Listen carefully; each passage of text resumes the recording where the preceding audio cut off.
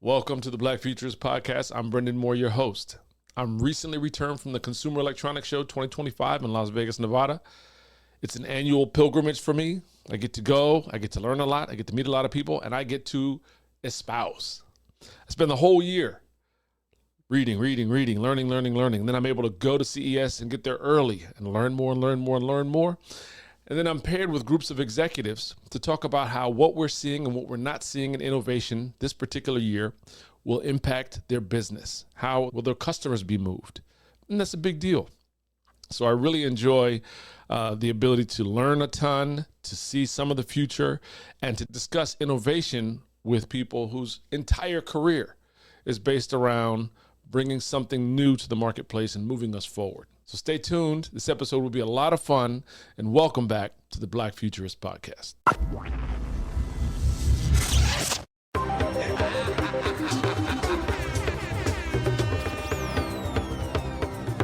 The Black Futurist. That's one small step for man. Okay. This year at CES, I gave 5 presentations called Advancements in AI.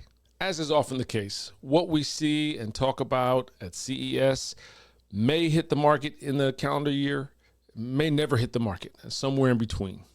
So oftentimes things that we've talked about a year or two ago are things that may just be actually coming to fruition in this calendar year, either at the show or in the marketplace. So let's go back 2 years ago and talk about the AI conversation then. The big key word then was generative AI. And it's something that is so commonplace now that you've all heard it, no matter where you are in life and what you do career-wise, you've heard of generative AI. What is generative AI? It's when something doesn't exist and you're asking your AI tool to make it exist. So the simplest example is large language models, and you all know ChatGPT. I'm notoriously bad at writing cover letters. I don't like it. So that's my most common use of generative AI. I upload all the information. I upload a writing sample of how I write.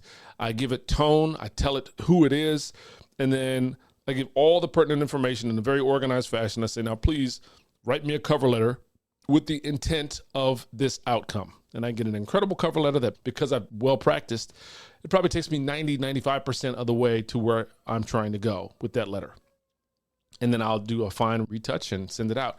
That saves me a ton of headache and time.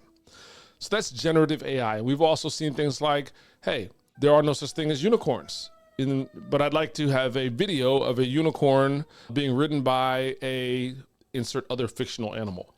And generative AI can do that. Or special effects in movies, et cetera, even just an image. There are platforms out there where you can put in a verbal prompt and generative AI in some form or fashion via some model will be employed, and you'll have a thing that doesn't exist. Another notable example of that is Adobe. So Adobe 2 years ago started releasing in beta for Premiere Pro, Photoshop, Illustrator, and After Effects, their generative AI component, which has been trained on all the drawings and all the images and all the movies that we've uploaded over years.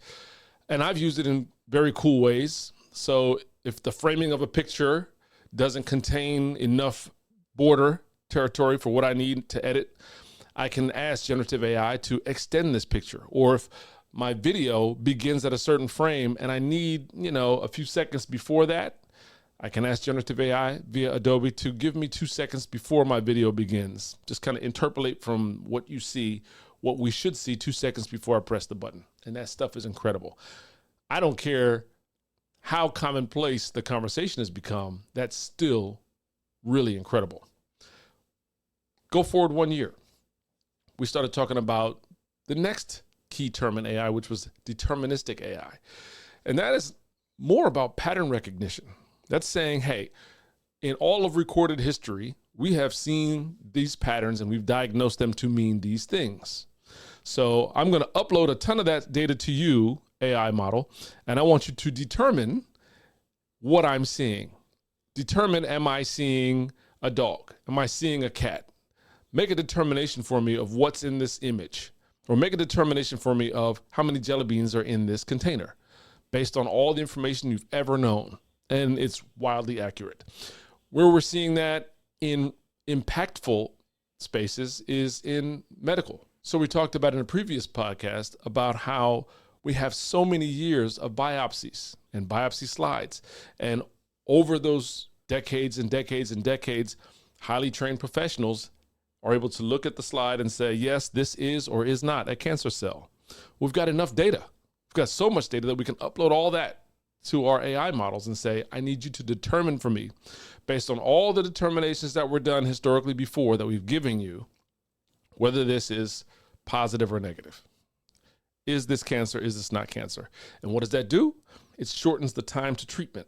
So if we don't have to take the biopsy, prepare the slide, send it off to highly trained medical professional who happens to take our insurance, who's not on vacation or not otherwise occupied, can we upload that slide to the AI model and get a determination immediately or very quickly that maybe can be looked over by a physician afterwards, but can that get us to treatment faster and save lives? And the answer is yes.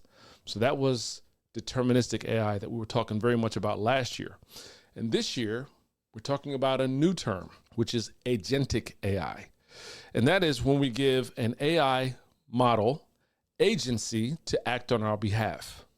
It's a key step forward. What does that look like? So on a simple level, let's talk about our travel. You can say, hey, listen, AI model who I've trained, I've given you my preferences. I've given you access to my schedule. I've given you access to my payment method, with whatever safeguards I need to give. And then I'm going to give you commands for what I need you to do. I need you to book my travel according to my preferences, using my payment method in line with my calendar so that I don't have to do that. So I can simply say via voice or text command, I need to go to Juneau, Alaska, sometime in the month of June. I'd like window seats only. I only fly these airlines. And I want a 24-hour buffer between any appointment I currently have on both ends. Show me options. Shows me back options. I choose B, book it. That's agentic AI. Giving an AI model agency to act on our behalf without continued human interaction or continued human instruction. Pretty cool. This is, for some of you, you're going, oh, that's kind of scary. I get it. It can be scary depending on use. As a matter of fact, when I was talking with people on my time in CES, I often use the example of The Walking Dead. And so, when I hear people talk negatively and fearful about AI, just realize that the problem is never really the AI. Like in The Walking Dead, the zombies were only a short-term problem. The real problem were humans and how zombies were used or weaponized or how humans engage with each other as a result of this new way of living. So, there are some scary humans with bad intent, and so hackers might benefit from, et cetera, et cetera. But there's also a lot of good humans and good intent, and that is something that we all have some control over. So agentic AI, back to that for a second. In many cases, like the travel bot that I just talked about, that bot only needs to be a two-dimensional bot. It needs to exist on my browser, on my screen, and that's fine. But for other tasks, I may need to, new term, embody my AI, my agent, to give them more ability. So that could mean the next level would be my embodied AI needs to be in a three-dimensional environment. And so maybe I need to interact with that bot in a design space because I design aircraft or machine parts, and I need to be able to spin them and rotate them, and I need a second set of eyes. Or I just need to, a la Tony Stark, give instructions to my embodied AI in my three-dimensional environment while I'm either using an iPad or some other device to kind of walk around and see, or extended reality goggles. I need to see all around this thing, and I need help creating what I'm creating, and I need assistance. I need the bot. So in that sense, you're going to embody your AI in a three-dimensional environment, virtual environment. And then there's the next level. For many, many years at CES and other tech shows, we've been showing robots. Most of the time, if not all the time, those robots were piloted. So a few years ago, Mayor of New York, Eric Adams, brought the Boston Dynamics robot to New York, and they were going to use it for counterterrorism, et cetera, et cetera, et cetera. That robot was piloted. There's a person whose job it is to steer and control and make sure that robot is doing its bidding. But agentic AI says I can give my programmed, trained AI bot agency in the physical world. And so now I can place my agent inside a robot and say, listen, you're programmed with exactly what you need to know. These are the parameters for your engagement. This is what you're able to do. This is the limits of your power. Now go off in the world and do it. And then I'll refine your programming as we go. But, you know, we saw some of those robots on the floor at CES this year. We saw robot dogs. We saw vacuum cleaners. We saw other things that no longer need to be told every day or piloted every second. But now there's been enough testing and enough training that these agents can operate in the physical world. And we're going to see more and more of that year over year. So the third term, 2 years ago, was generative AI. Last year was deterministic AI. This year was agentic AI. A few key points about agentic AI. Autonomous action. Agentic AI systems can initiate action and make decisions on their own rather than just responding to prompts. Goal-oriented behavior. These AI agents are designed to work towards specific objectives and can adjust their strategies to reach them. So smart and adaptive. Learning and adaptation. Agentic AI can learn from experience and adapt their behavior based on new information or changing circumstances. And multi-step planning. Unlike simpler AI systems, agentic AI can plan and execute complex sequences of actions to achieve goals. So that might mean Agent 1 operating with Agent B and C. It could mean the agent in the two-dimensional space engaging with me, which is then engaging with a three-dimensional agent or a physical agent to execute our plans or execute their programming. Once again, some of you are saying that's pretty scary. And I might agree, but we'll see. We'll see what humans do.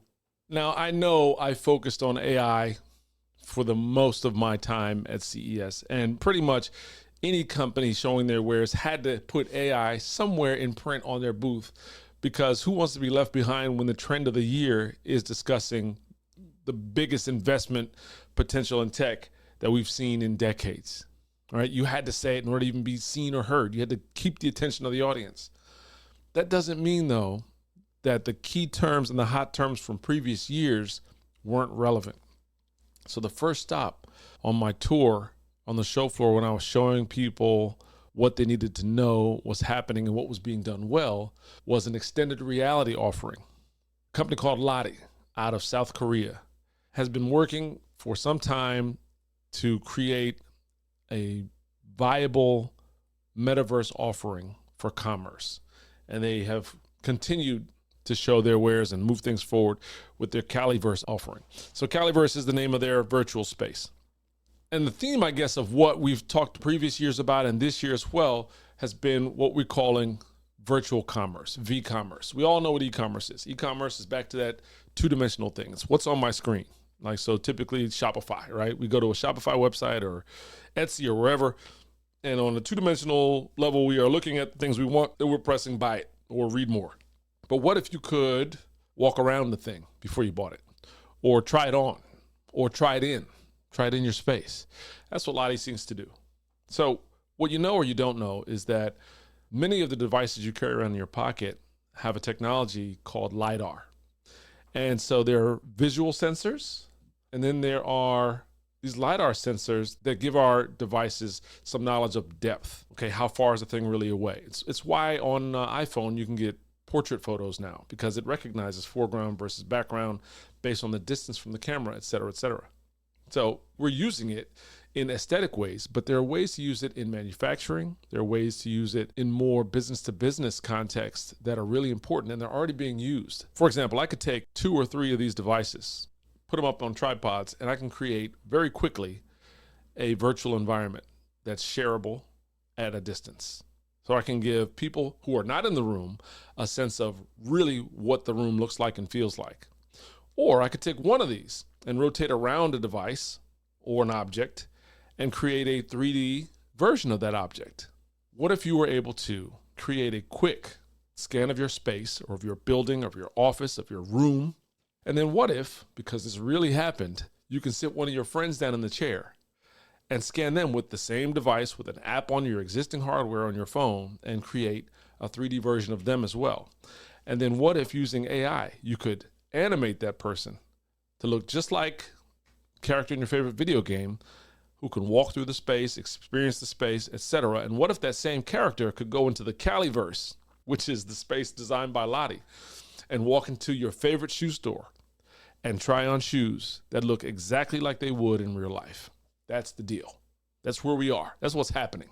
And you might think, well, that requires some type of special scanner or 3D technology that I don't have. Nope, it's what's in your pocket already. It's already here. Using the app, using AI, the textures are photoreal. Even the damage, if you have a scuffed thing on the aftermarket leather jacket you're selling, it'll be there. So it's absolutely fantastic. And it was super impressive to see them year over year iterate and show us how they can take our existing hardware and, given different softwares, make the dream true. So exactly what I said happened. A friend of mine, Manu, who comes to CES with me, sat in a chair. We made a 3D avatar of him. And then we can put that avatar and animate it and put it inside a 3D environment. He can go off and buy a couch. He can, in the virtual commerce world, select a couch, and then we can place that couch into his virtual environment, which is his actual room or his office. We can see how it looks. We can move it around. How will this look in your space? And if you like it, you can press buy now, and the manufacturer can send you the digital version to live in your virtual environment and the real version to your house. And that's what's coming. That's what's already here.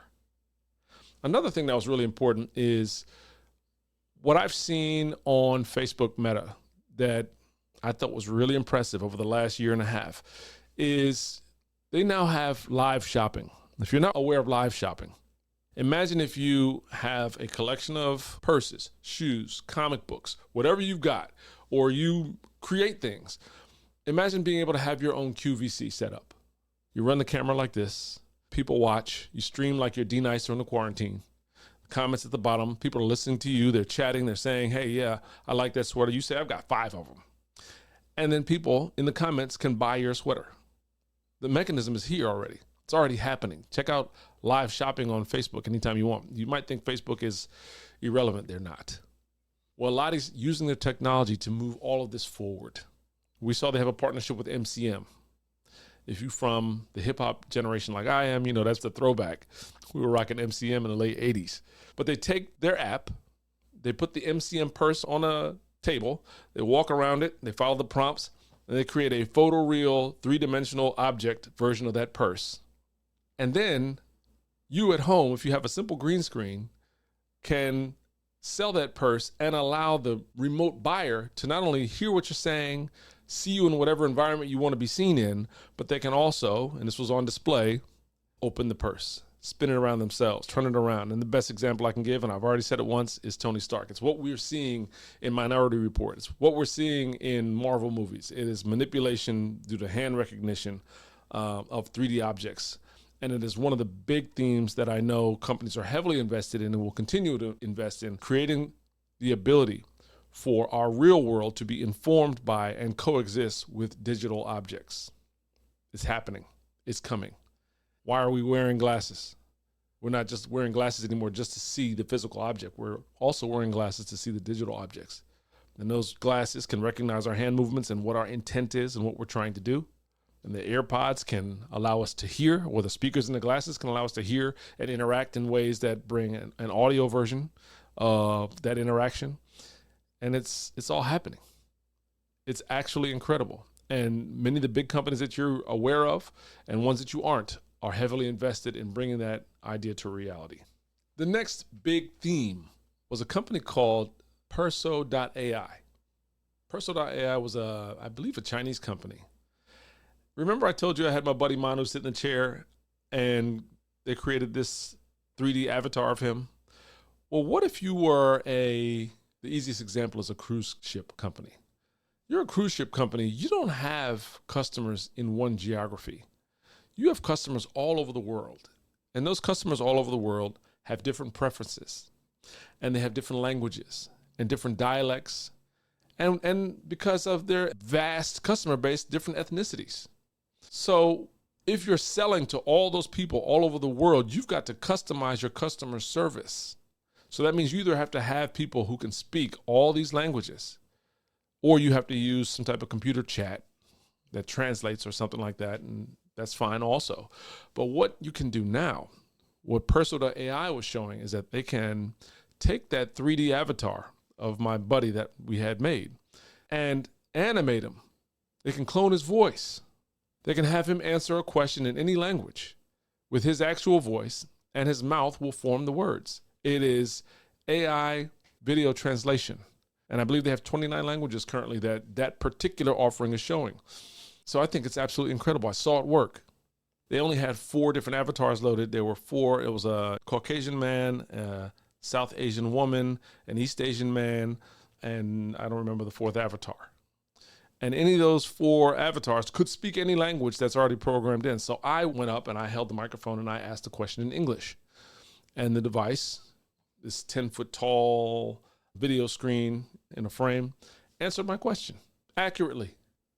And then I handed the microphone to one of my Korean-speaking participants in my tour, and they asked a question in Korean.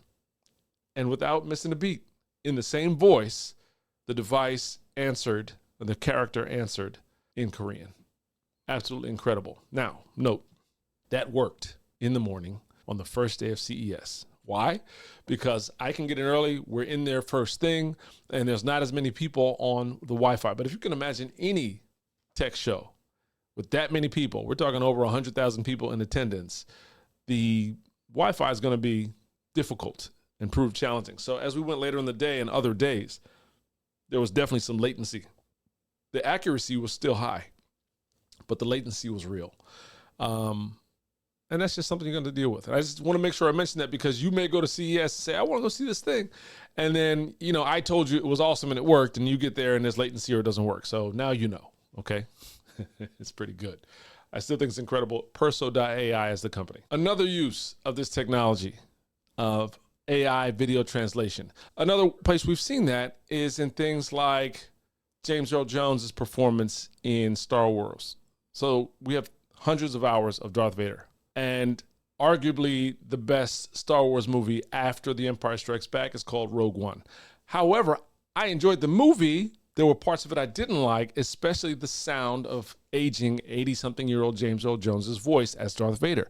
It didn't make sense to me how we could be back in time when Vader would be younger and stronger, but his voice sound older and weaker.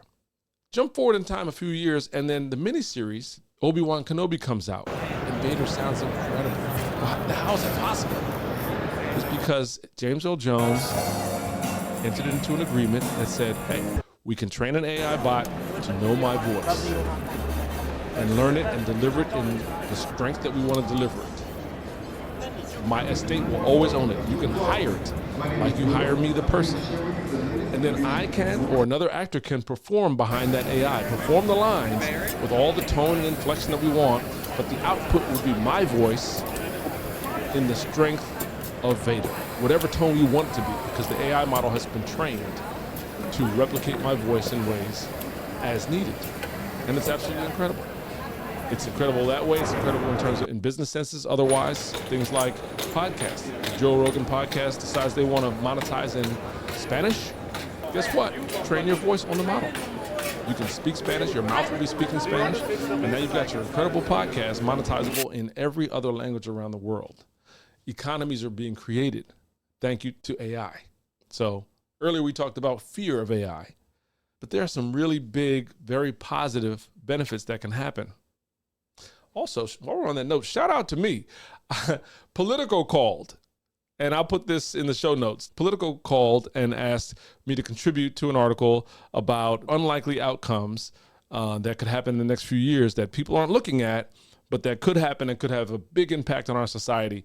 So I'm very happy to be included with other futurists in that article, and I gave 3 key points, and fast development of AI and the implications and the impact of that on our GDP is one of my notes. So definitely check out in the show notes. You'll see the link to the Politico article. I'd love to hear your thoughts on what I wrote. Another big deal, what we're seeing in applications of AI that are coming to market are translation-based. So one of my groups, I had 15 executives on my tour. I wasn't informed in advance, but 13 of them were native Korean speaking. One was native Japanese speaking, and one spoke English. So I love fun. I try to be a great customer service provider. We did that tour primarily in Korean. I don't speak Korean, but it doesn't matter because we're at a tech show. And besides being at a tech show, we did have a translator on site, and many of the offerings we were seeing were Korean companies. So I just went with it, and it was fantastic. It's one of the memories I have for a very long time. I really enjoyed telling that story. It was great. But there are a couple companies who are using AI because we've done so much with large language models. You and I probably think of these things in English, but that's not the case. It's happening all over the world in every language, right? Everyone is writing and submitting prompts or writing samples to their large language model, their chat GPT. And so it's learning to communicate. It's learning nuance. It's learning nicety and tone. It's learning all the ways that we like to communicate. And it can be an assistant to us in communicating. So there are a couple devices, hardware devices, that have been in the market. One I've seen before, and I was happy to go see it. Last year I talked about Shenzhen time Kettle. And this year I went and saw them again. They didn't have what I would consider a new offering, but their offering was still very cool. So I had this group. I was one of the only English speakers. What they have is, let's go back and tell a story. When I found out that I had such a language disparity in my group, I immediately just pulled out my phone and started doing Google Translate. I wanted everyone to feel comfortable. I didn't want them to have to go through an intermediary language to communicate with each other. So Google Translate, no problem. I hold the phone here. I put it on conversation mode. I say what I want to say. It writes it and says it in the recipient's language. They respond back in their native language, and it comes back to me. What that looks like is this. We're doing this back and forth, right? Phone-centric. But one of the big trends that you're going to see, and that has already been set in motion, is these companies that have sold us the phones and made us depend on them for a lot of utility during our day are now moving us away from the phones. So that you've seen this already. Instead of holding the phone to your ear, you use what? AirPods or other Bluetooth headphones, or even a corded headphone. Instead of looking at the notifications on your phone, you probably turn the notifications off and you look at your watch. And I can see who's calling, who's texting, whatever information I want for my weather that I normally would look at my phone at. So we're moving away from looking at this thing. Well, Shenzhen Time Kettle allows us to move away from this engagement when we want to have conversations. So their device is hardware, and how it works, you have two speakers. In this very specific case that actually happened, you type in user 1 is a male, speaks Korean. User 2 is female, speaks this dialect of Chinese. Go. It makes sure it has those languages downloaded, and then a drawer opens up. You pull out 2 AirPods. You give user 1 their AirPod, you take user 2, you put yours in, and then you begin to have a conversation. And very much like, as I described the Plaud.ai kiosk, in the morning it worked well. It is, according to both of my participants, the translation was very good, perfect. Unfortunately, there is some latency when you have a huge Wi-Fi demand. So you would like to think that that could be something that doesn't have to go to cloud. It isn't Wi-Fi dependent, maybe just Bluetooth dependent, because the computing could happen in the hardware if I have to have a hardware anyway. And that's, I guess, my complaint. I think that we should be looking at software solutions for pretty much everything based on how much computing we walk around in our pockets right now. But the idea of getting us away from the phone for yet another activity is admirable and pretty cool. And it was well reviewed. Another device that did a lot using hardware and software was a company called Plaud.ai. I had to look this up because I couldn't remember it. Plaud.ai. I grabbed this because I wanted to remember the title. Again, it's hardware. There's my complaint, right? More hardware? But what this thing does is it attaches via magnet to the back of your phone, and it is a standalone battery-operated recorder and translator that has an app. So the exhibitor who was helping me was a native German-speaking woman. And we had an entire conversation in English. And then when she opened the app, that conversation was summarized in German. Also, a transcript was generated in German. And then a mind map was generated in German to talk about the major concepts of what we talked about. I think that's incredible. As a matter of fact, my good friend's son is now on exchange for one semester of his college career in Paris. He does not speak French. This would be awesome for students. Sit in a lecture in a foreign country, in a foreign language, absorb what you can, record everything, open the app, there are your notes, mind mapped, translated, and summarized. The ability for the internet and now AI to reduce barriers between culture and language and people is unlimited. And that's absolutely incredible. There are, of course, privacy concerns with the device. And I raised those concerns. I also had a guy on the tour who said, I can do this exact thing using, I got a prompt on my phone and I built it using my ChatGPT. And it's all inside of my cloud instead of going to some other cloud, which I don't know where it's going. So that is the concern. Two privacy concerns. One, do people know they're being recorded? You know, and you can record a call, like, because it's a standalone device. So you can put a call on speaker and record both sides. Two people in a room can be recorded. It can be translated into any language. It can be summarized. It's all very cool. But those recordings are going up into a cloud, being translated and being dumped back down. So depending on what we're talking about and who's doing the talking, what if I'm talking about my corporate secrets, you know, our policies, our upcoming decisions? You just got to be clear on where the information is going, how it's being used, where it's being housed, et cetera, et cetera. But, you know, that being said, I tried to buy it. And unfortunately, it was sold out by the time I got back. So Plaud.ai, I would say go online, take a look at it. It's pretty cool. Something to know that exists. Since I've already used many a Star Wars and Marvel example to tell you about things that I saw at CES, let's talk about the exoskeleton. This is not AI. This is a series of sensors and motors and electric battery. It's still cool. Imagine a harness. Imagine Colonel James Rhodes, who got injured, spinal injury, but now needs to walk again and function as a superhero. The exoskeleton that we saw in Marvel Civil War and beyond is exactly what we're seeing on the show floor now, but not a full war machine suit. Like, one of the things we talk about all the time in workforce management is avoiding downtime, right? Time injured is lost money for the company and maybe for the injured party. So let's say your job as a construction worker involves repeat motions like using a drill, screwing something in overhead. Well, they had a exoskeleton for that. You put on an exosuit. It's got a belt. It's got a backpack. It's got some support for your arm. It's got an articulating shoulder and some type of wrist support. And as you go to raise the drill, it supports you and lets you drill in over and over and over again. Now, of course, this is an intermediary step because anything that could be so repetitive could easily be done by a robot. We've got all the sensors in the world. We've got all the AI in the world. We've got all the servos and motors in the world. But for now, in the meantime, we can now protect people from, let's call them red postures that are known to create a high outcome of injury using exoskeletons. And what they were doing on the demonstration floor was putting people in the suit with straps around their waist and around their thighs and then, you know, kind of a backpack. And they had straps that come down your arm. And they had people deadlifting.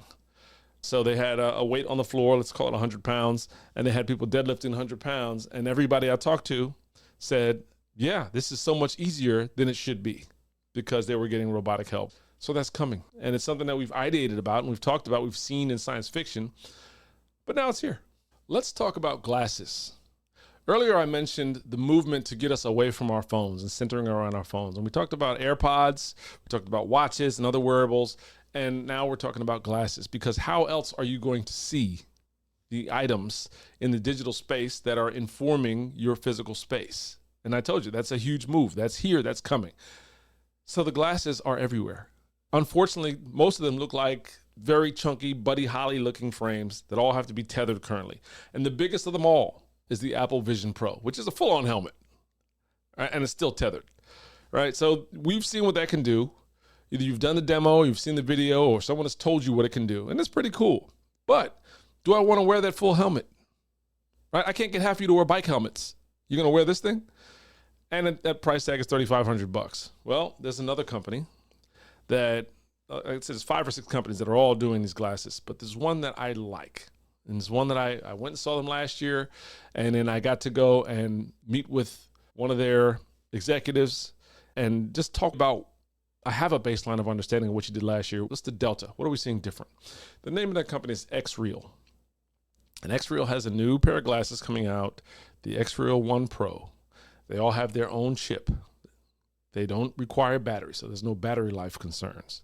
And all the computing is handled in the glasses now, so the load is not on your device. It's basically like you can plug it into anything that has a USB-C, plug it into your game device, plug it into your phone, plug it into your laptop, plug it into your car, and you're going to get abilities unlocked. You're going to be able to see through them, so you can see the physical world, and you have toggles for that to say how transparent do I want the glasses to be. But then you can place things in your physical environment. For example, 88-inch screen that doesn't exist in the real world. I can watch a movie over here. I can put my text messages over here. I can put my my music playlist on the ceiling. And so now I'm in my actual native environment, but I'm able to interact with these things. Now they have a couple different models. Some of them do different things. Some of them have hand recognition that is superior. Some of them are much more for entertainment and just seeing. But I am definitely interested in X-Real and this X-Real 1 Pro glass. It launches next month. The price tag is somewhere around $500. It does very much of what the Apple Vision Pros do, but the Apple Vision Pro are $3,500. The X-Real glasses are also agnostic for operating system, which means you can use them on Apple, you can use them on Android, you can use them on OS X, you can use it on Windows, you could use it on Sony PlayStation, you can use it everywhere. So that's pretty cool. And while we're talking about glasses and talking about getting away from centering around the phone, let's talk about one of my favorite companies that is very much invested in this idea of creating an integrated life where things in our physical space and things in our digital space are both at our experience, and that's Sony. So I went to the Sony media event, first night of CES, and out of order, one thing that they talked about was their Afila car. We've seen prototype for the last 2 years. It's a partnership with Honda. That car is finally coming to market. I say finally like it's been a long time. That's not a long time for developing a next generation automobile that has auto drive, Sony entertainment all around, and is a full on, actual car. But they're taking orders, $200. If you live in the state of California, you can order your Sony Afila 1 now. So I'll go to the website and just take a look at it and see what it does and how it's different. Second, they talked about Hawkeye, which is they have a partnership with the NFL, and the NFL is currently using, the whole press corps is currently using Sony cameras, and many of the cameras in the NFL stadiums are Sony cameras now. It's a big deal. But because of that, they also are able to record and program AI models with a lot of data, real-time motion capture, which a couple years ago was Sony's big conversation point, was motion capture, via wearables, via sensors, from the room level, the individual level, all the way up to the stadium level. I talked about this in previous years in these videos. Sony understands that their business is heavily based on IP, intellectual property. So they're taking many of their games and making them into movies. They're making many of their movies, turning them into games, allowing you to further experience the IP. But if we talk about motion capture without wearables, which is already here, you can see how Sony has been able to execute some incredible moves. Like within the last year, they had a Simpsons football game. Now you think, oh, the Simpsons playing football sounds like a video game. No, it was not. It was an actual football game. But because the motion capture can happen via these Sony cameras and their software, Hawkeye, that motion capture can happen very quickly, and your players can be overlaid with intellectual property like the Simpsons. So let's say Bart is your quarterback and Homer's your running back. You can watch the same exact game that mom and dad are watching upstairs with the actual two teams playing. The kids could be watching downstairs, watching the light side of Star Wars against the dark side of Star Wars in all the same moves in real time that you're watching it upstairs. And what does that help with? Customer acquisition. Big deal. So intellectual property is Sony's business. In addition, they are heavily invested in making sure that our physical world is informed by a digital world that we can interact with, and also the Afila 1. So those are the big deals from Sony. They also talked about Demon Slayer, which is the #1 highest grossing movie of all time in Japan, and it's an anime property. They made a point to tell us that anime is not a genre, it's a medium, and that anime under that medium can do every other genre that we know. So very cool. While on the topic of Sony and the Afeela 1, what I was surprised to see was Honda showing up at CES in a very large way, showing off their two next generation vehicles when they're also the designer in partnership with Sony for the Afeela 1. Now, what's funny about that is I really like Sony, but this is their first car.